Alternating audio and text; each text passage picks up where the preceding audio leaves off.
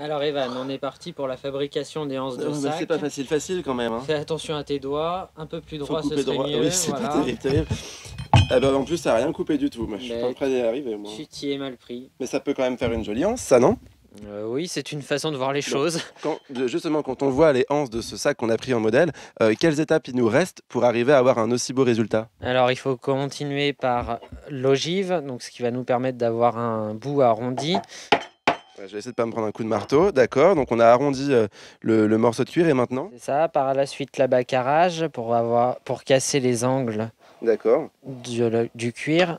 Et alors j'aimerais bien savoir, parce que quand on voit un sac comme celui-ci, ça se fait pas en un quart d'heure à mon avis. Combien de temps tu passes sur un objet comme ça? Sur un sac comme celui-ci, il faut compter entre 10 et 15 heures de travail. Ah oui, donc en gros, j'aurai jamais mon sac avant la fin de l'émission, quoi. Mais si, tu vas y arriver, t'inquiète Ah pas. bah, c'est bien, il a confiance en moi. Justement, alors, faut vraiment être passionné pour passer autant de temps sur un sac. Comment elle est née ta passion? Alors moi, à la base, je suis passionné par l'équitation depuis tout petit et donc D'accord. j'ai voulu faire un métier pour me rapprocher au maximum de ce milieu-là. Parce que là, t'as quel âge? J'ai 26 ans, Ok.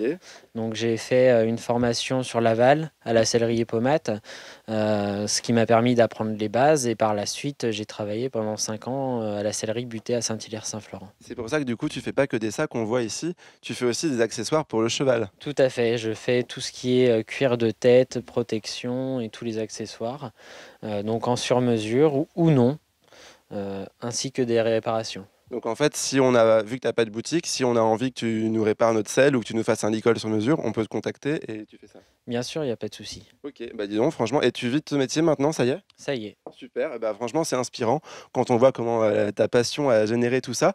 J'aimerais bien savoir d'ailleurs sur le plateau, quel était le métier de vos rêves quand vous étiez petit? Allez-y, faites-moi rêver.